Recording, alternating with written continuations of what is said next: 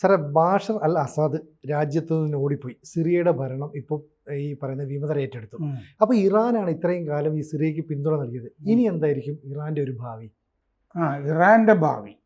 ഇറാൻ്റെ ഭാവി ചർച്ച ചെയ്യേണ്ട ഒരു കാര്യമാണ്. എന്താണെന്ന് വെച്ച് കഴിഞ്ഞാൽ, ഈ അസദിനെ പോലൊരാൾ ഇത്രയും കൊല്ലം അവിടെ ഭരിച്ചിരുന്നല്ലോ. അതെ, ഏതാണ്ട് 4 നൂറ്റാണ്ട്, 24 കൊല്ലത്തോളം. അതെ, മൊത്തം അസദ് കൂടുമ്പോൾ 53 കൊല്ലം, അരനൂറ്റാണ്ട് അച്ഛനും അപ്പനും കൂടി ഭരിച്ചിരുന്നല്ലോ. അപ്പോൾ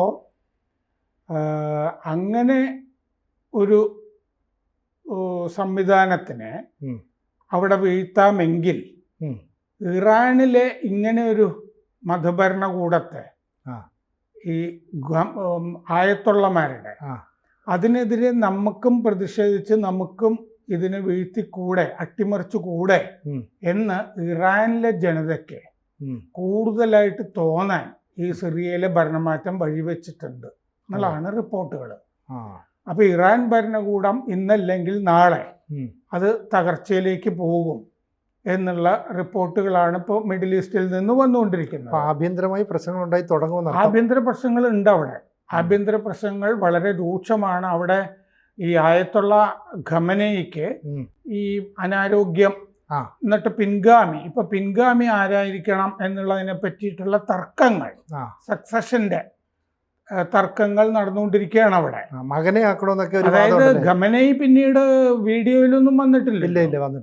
ഖമനേയി ഉണ്ടോ എന്നുള്ള കാര്യം സംശയമുണ്ട്. അനാരോഗ്യമാണ്, ടണലിന്റെ അകത്താണോ, മകൻ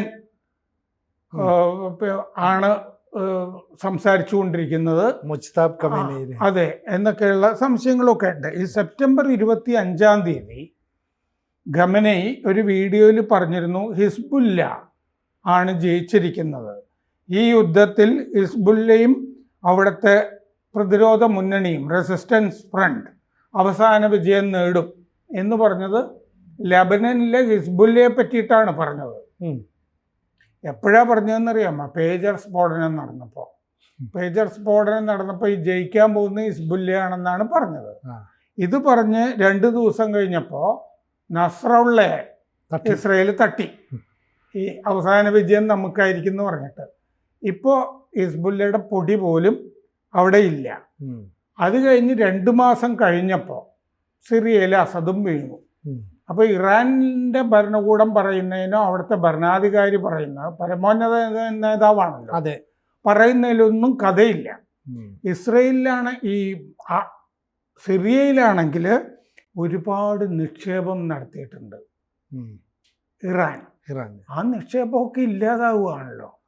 കടം, അതായത് അങ്ങോട്ട് കൊടുത്തിരിക്കുന്ന വായ്പയില്ലേ, വായ്പ തിരിച്ചു കിട്ടും എന്നുള്ളതിനും ഉറപ്പില്ലല്ലോ. കാരണം അസദുമാന്റെ ഭരണകൂടമായിട്ടല്ലേ ഒപ്പുവെച്ചിരിക്കുന്നത്. ഭരണകൂടം പോയല്ലോ, അയാളൊരു ഷിയ ആണല്ലോ. അപ്പം ഈ വന്നിരിക്കുന്നത് സുന്നികളാണല്ലോ. ഞങ്ങൾക്ക് അതിലൊന്നും കഥയില്ല എന്ന് സുന്നികൾ പറഞ്ഞാൽ ഈ ബില്യൺസ് അവിടെ ചെയ്തിട്ടുണ്ട്. അതായത് അവിടെ 30 ബില്യൺ ഏതാണ്ട് സിറിയയിൽ ഇറക്കിയിട്ടുണ്ട് ഇറാൻ. 30 ബില്യണോ 50 ബില്യണോ ഇടയ്ക്ക് എന്നാണ് കണക്ക്.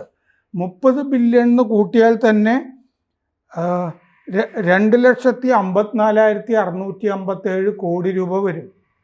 2.5 ലക്ഷം കോടി രൂപ. ഇത് മുഴുവൻ വെള്ളത്തിലാവുകയാണല്ലോ. ഈ ഒരു ദിവസം ഇറാൻ സിറിയയ്ക്ക് 50,000 മുതൽ 70,000 വരെ ബാരൽ എണ്ണ കൊടുക്കുന്നുണ്ടായിരുന്നു. ഓരോ ദിവസവും കൊടുക്കുന്നുണ്ടായിരുന്നു 2011 മുതൽ. അതുമാത്രം $14 ബില്യൺ വരും. ആ എണ്ണയുടെ വില ഒരു ദിവസം ഇത്ര ബാരൽ, അത് $50.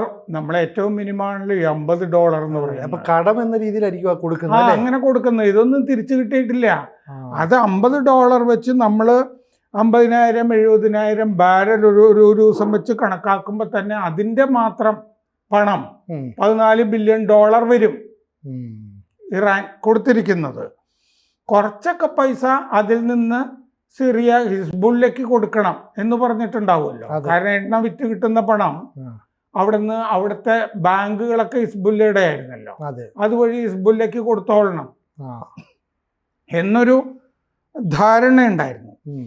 ഈ അസദ് വീഴുന്നത് എപ്പോഴാന്ന് വെച്ചാൽ ഇറാനിൽ നിന്ന് എണ്ണയും കയറ്റിയിട്ട് ഒരു സൂയസ് മാക്സ് ലോട്ടസ് എന്ന് പറഞ്ഞൊരു ടാങ്കർ എണ്ണ കയറ്റുക കപ്പല്. ഈ അസദ് ഇറങ്ങുമ്പോൾ ഇറാനിൽ നിന്നൊരു ടാങ്കർ എണ്ണക്കപ്പൽ ഈ എല്ലാ ദിവസവും കൊടുക്കുന്ന എണ്ണയുമായിട്ട് സിറിയയിലേക്ക് യാത്ര ചെയ്യുകയായിരുന്നു ഇറാനിൽ നിന്ന്.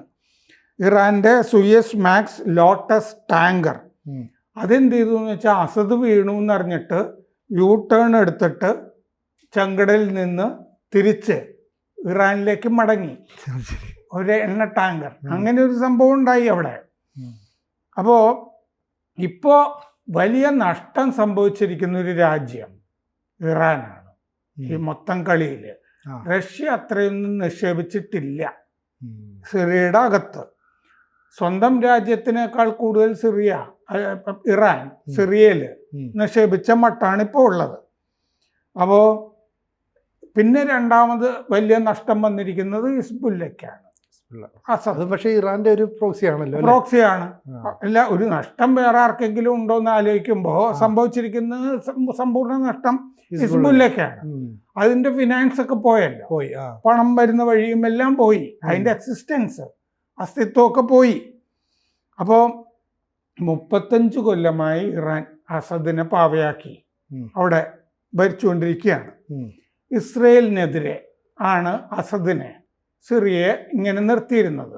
ആ പ്രദേശത്ത് അയൽവക്കമാണല്ലോ നിർത്തിയിരുന്നത്. ഇസ്രയേലിനെതിരെ അമേരിക്കയ്ക്കുമെതിരെ. അപ്പോൾ ഇപ്പോൾ അസദ് പോയപ്പോൾ ഈ സർവേ കല്ല് പോയ പോലെയാണ് ഇറാൻ്റെ അവസ്ഥ. ആകെ ഇറാനുള്ളത് ഇപ്പോൾ ഹൂത്തികൾ മാത്രമാണ്. പിന്നെ ഇറാഖിൽ കുറച്ച് മിലിഷ്യ ഉണ്ടല്ലോ, അവരെയൊക്കെ അമേരിക്കയാണ് കൈകാര്യം ചെയ്തുകൊണ്ടിരിക്കുന്നത്. കുറേ മാസങ്ങളായിട്ട് പമ്മി പതുങ്ങി നിൽക്കുകയാണ് ഒരു ആക്രമണത്തിന് ശേഷം അമേരിക്കയുടെ. അപ്പോൾ ഇറാഖിലെ ഈ ഇറാൻ പൈസ കൊടുത്തുണ്ടാക്കിയിരിക്കുന്ന മിലിഷ്യൊന്നും ഗുണം പോരാ. പിന്നെ ഗൾഫിൽ ഇപ്പോൾ വലിയ ശക്തി ഒന്നും ഇല്ലാതായി ഇറാൻ. അതായത് ഒരു കരുത്തുള്ള വലിയ രാഷ്ട്രവും വലിയ സേനയുമുള്ള രാഷ്ട്രമൊക്കെയാണല്ലോ ഇറാൻ. അപ്പം മൊത്തം മിഡിൽ ഈസ്റ്റിൽ ഒരു കരുത്ത് ചോർന്നു പോയ അവസ്ഥയിലായിപ്പോയി ഇറാൻ. അപ്പോൾ അതുകൊണ്ട് അസദിന് നാട്ടുകാർക്ക് വേണ്ടതായ പോലെ ഖമനയെയും ഖമനയുടെ ഭരണകൂടത്തെയും ഇറാൻകാർക്ക് വേണ്ടതാവും. എന്തുകൊണ്ടാന്ന് വെച്ച് കഴിഞ്ഞാൽ സാമ്പത്തികമായിട്ട് ഇപ്പോൾ സിറിയയിലെ കച്ചവടം അത് പൂട്ടി, സിറിയയിലെ കച്ചവട പാതകൾ അതും പൂട്ടുകയാണല്ലോ. അപ്പോൾ ഈ സാമ്പത്തിക പ്രശ്നങ്ങൾ മുഴുവൻ ഇറാനെ ബാധിക്കും, ഇത് ജനങ്ങളെയും ബാധിക്കും. ഇത്രയും 2.5 ലക്ഷം കോടി രൂപ അവിടെ ഇറക്കിയതൊക്കെ പോവുകയാണ്. ഈ സാമ്പത്തിക മാന്ദ്യം അതിഭീകരമായിരിക്കും ഇറാനിൽ. അപ്പൊ ഈ എണ്ണ വിറ്റ് കിട്ടിയ പൈസ മുഴുവൻ ഇറാനിൽ നിക്ഷേപിക്കാതെ ഇൻഫ്രാസ്ട്രക്ചറോ റോഡോ ഒന്നും ശരിയാക്കാതെ നേരെ കൊണ്ട് അപ്പുറത്ത് നിക്ഷേപിക്കും. അതെ. മാത്രമല്ല ഉപരോധങ്ങൾ ധാരാളം അമേരിക്കയുടെയും യൂറോപ്പിന്റെയും ഇറാന്റെ മുകളിലുണ്ട്. അത് കൊണ്ടുള്ള സാമ്പത്തിക പ്രശ്നങ്ങൾ വേറെ. അപ്പോൾ ഇപ്പോൾ അവിടെ ഉള്ള ഗുണം എന്താന്ന് വെച്ച് കഴിഞ്ഞാൽ പ്രതിപക്ഷത്തിന് ഒരു കാര്യമായ നേതൃത്വമില്ല ഇറാൻ്റെ അകത്ത്. മതഭരണകൂടം എല്ലാത്തിനും അടിച്ചമർത്തുമല്ലോ. 2022 ആ ഹിജാബ് പ്രക്ഷോഭത്തിന് ശേഷം കാര്യമായ ഒരു പ്രക്ഷോഭവും അവിടെ നടന്നിട്ടില്ല. പക്ഷേ ഇപ്പോൾ പ്രതിപക്ഷത്തിൻ്റെ ഒരു മൊറൽ ബൂസ്റ്റ് ചെയ്ത് അസദ് വീണത് പ്രതിപക്ഷത്തിന് കുറച്ചുകൂടി ഒരു ഊർജം കിട്ടും, അവരുടെ പ്രവർത്തനങ്ങൾക്ക് ആക്കം കിട്ടും. അപ്പോൾ അസദ് വീണാൽ അത് ഖമനയ്ക്കും ഭീഷണിയാണ്. ഈ അസദിൻ്റെ വീഴ്ച ഒരു രാജ്യം കയ്യിൽ നിന്ന് പോയല്ലോ, സാമ്പത്തിക ശക്തിയും പോയി.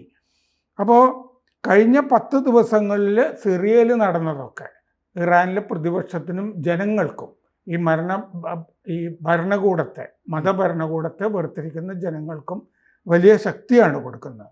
അതിന് പുറമെയാണ് ട്രംപ് വരുന്നു എന്നുള്ളത്. ട്രംപ് വന്നു കഴിയുമ്പോൾ സംഗതി കുറേയും കൂടി മാറും. ഇറാൻ വിരുദ്ധമായ സംഗതികൾ, സമ്പദ് രംഗം കുറച്ചുകൂടി വെള്ളത്തിലാവും ഇറാൻ ട്രംപ് വരുന്നതോടുകൂടി.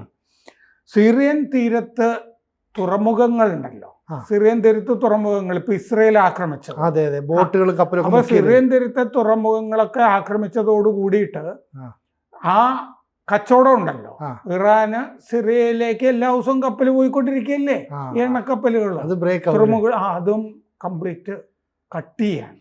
അതാണ് അമേരിക്കയും ഇസ്രയേലും സിറിയയിൽ നടത്തിയ ഒരു ആക്രമണങ്ങളുണ്ടല്ലോ, പ്ലാന്റ് ആണെന്ന് പറയാം അല്ലേ? അതെ, ആ സപ്ലൈ ചെയിൻ അങ്ങ് കട്ട് ചെയ്തിരിക്കുകയാണ്. അപ്പോൾ സിറിയ ഒറ്റപ്പെടും ഈ വക കാര്യങ്ങളിൽ. അതാണ് തുറമുഖങ്ങളെ ആക്രമിച്ചതിനെ കൊണ്ട് സംഭവിച്ചിരിക്കുന്നത്. സിറിയ വഴിയുള്ള കച്ചവട പാതകൾ അടഞ്ഞു പോവുകയാണ്. പുതിയ ഭരണകൂടം വരികയാണല്ലോ, അതെ, സുന്നി അൽ ഖൈദ എന്നൊക്കെ പറയാവുന്ന തരത്തിൽ. ഇറാൻ ഈ പറഞ്ഞ പോലെ എണ്ണ, ഗ്യാസ്, ടെലികമ്മ്യൂണിക്കേഷൻ, റീകൺസ്ട്രക്ഷൻ, ഈ പുനർനിർമ്മാണം, സിറിയയുടെ തകർന്ന സിറിയ പുനർനിർമ്മാണം, ഇതിലൊക്കെ ഒരുപാട് നിക്ഷേപിച്ചിട്ടുണ്ട് പൈസ. ഇറാനാണ് എണ്ണ കൊടുത്തുകൊണ്ടിരിക്കുന്നത്. ആ വരുമാനവും പോകും. ആ എണ്ണയുടെ ഇടയ്ക്കിടയ്ക്ക് കുറച്ച് പൈസ കൊടുക്കുന്നുണ്ടാവുമല്ലോ, അതൊക്കെ ഇല്ലാതാവും.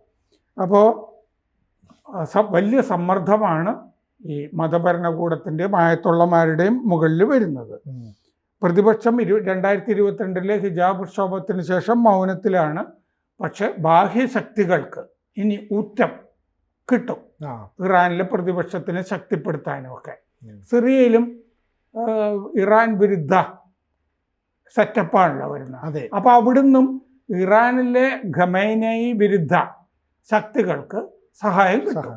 അവിടുന്ന് പലതരത്തിൽ സഹായം കിട്ടും. കാരണം സിറിയ ഒരു 3 കഷ്ണമൊക്കെ ആയിട്ടാണ് ഇനി നിൽക്കാൻ പോകുന്നത്. തെക്കൻ സിറിയ എന്തായാലും ഇസ്രയേലിൻ്റെ കയ്യിലായിരിക്കും. അപ്പോൾ ഇറാൻ എങ്ങനെയാണ് ഇറാന് പിന്നെ നിൽക്കാൻ കഴിയുകയെന്ന് വെച്ചാൽ, ഇറാൻ വീണ്ടും അടിച്ചമർത്താൻ തുടങ്ങും പ്രതിപക്ഷത്തിനെയൊക്കെ. അടിച്ചമർത്തുന്നതും ഇത് പുലിവാലായിട്ടാണല്ലോ വരിക. അപ്പോൾ കൂടുതൽ പ്രക്ഷോഭ സാധ്യതയാണ് കൂടുക. ജനങ്ങളും ഈ ഭരണകൂട വിരുദ്ധമാവുകയാണ് ചെയ്യുന്നത്. അത് ഒരു വഴി അടിച്ചമർത്തൽ ഉണ്ടാക്കുക എന്നുള്ളത്. ചില ഇളവുകൾ, ചില പരിഷ്കാരങ്ങൾ, ഇതൊക്കെ നടപ്പാക്കുക. ചിലപ്പോൾ അങ്ങനെയും വരാം, കുറച്ച് സ്വാതന്ത്ര്യം എന്നൊക്കെ. പക്ഷെ ഒരു മതഭരണകൂടം എത്ര സ്വാതന്ത്ര്യം കൊടുക്കാനാണ്? അതും സാമ്പത്തികമായിട്ട് നട്ടം തിരിയുന്ന ഒരു സ്ഥലത്ത്. പിന്നെയുള്ള മൂന്നാമത്തെ കാര്യം ആണവശക്തി കൂട്ടുക എന്നുള്ളതാണ്. ഞങ്ങളുടെ കയ്യിൽ അണുബോംബുണ്ട്. ഇപ്പം അണുബോംബൊന്നും ഇല്ലല്ലോ, അണുബോംബ് ഉണ്ട് എന്ന് പറഞ്ഞിട്ട് അതിനൊരു ഡിറ്ററൻ്റായിട്ട് ഉപയോഗിക്കുക, മറ്റുള്ളവരെ പേടിപ്പിക്കാൻ, ഒരു വിലപേശൽ അല്ലേ? അങ്ങനെ ആയിക്കഴിഞ്ഞാൽ അടുത്ത കുഴപ്പം എന്താണെന്ന് വെച്ച് കഴിഞ്ഞാൽ ഇസ്രയേൽ ആക്രമിക്കും, ആണവായുധം അമേരിക്ക സഹായിക്കും. അപ്പോൾ അത് കൂടുതൽ പുലിവാലിലേക്ക് പോവാണ്. അപ്പോൾ ഏതു തരം മർമ്മ വഴി നോക്കിയാലും ഇറാൻ പ്രശ്നത്തിലാണ്. അപ്പോൾ ഈ വായ്പ തിരിച്ചടവ് ഒക്കെ മുടങ്ങാൻ പോണു, ഈ പ്രശ്നങ്ങൾ വരുന്നു. അപ്പോൾ ഈ കഴിഞ്ഞ ദിവസം 7,50,000 ബാരൽ കഴിഞ്ഞ ദിവസം ഒരു ടാങ്കർ തിരിച്ചുപോയി എന്ന് പറഞ്ഞില്ലേ? അതിൽ 7.5 ലക്ഷം ബാരലുകൾ ഉണ്ടായിരുന്നു എന്നാണ് പറയുന്നത്. 7,50,000 ബാരൽ. അപ്പോൾ ഈ സിറിയയിലേക്ക് ഇനി എണ്ണയും കിട്ടില്ല ഇറാനിൽ നിന്ന്. അപ്പോൾ അവിടെ ഒരു പ്രതിസന്ധി ഉടലെടുക്കുന്നു. സിറിയയിലൊരു പ്രതിസന്ധി ഉടലെടുക്കുന്നു. ഇറാനിൽ അതിനേക്കാൾ വലിയ സാമ്പത്തികവും അല്ലാതെയുള്ള പ്രതിസന്ധി ഉടലെടുക്കുകയും ഇത് ഇറാൻ്റെ ഈ ഭരണകൂടം അസദ് വീണ പോലെ ഈ ആയത്തുള്ളമാരുടെ വീഴ്ചയിലും കലാശിക്കുന്നാണ് ഈ നിരീക്ഷകർ പറയുന്നത്. അപ്പോൾ സിറിയയിലൊക്കെ ഉണ്ടായതുപോലെ എന്തോ ഒന്ന് ഇറാനിൽ ഉരുണ്ടുകൂടി വരുന്നു നമുക്ക് കരുതാം. അതെ, കൂടുതൽ വാർത്തകളും വിശേഷങ്ങളും നിങ്ങളിലേക്ക് എത്താൻ ABC മലയാളം സബ്സ്ക്രൈബ് ചെയ്യുക, ബെൽബട്ടനും അമർത്തുക.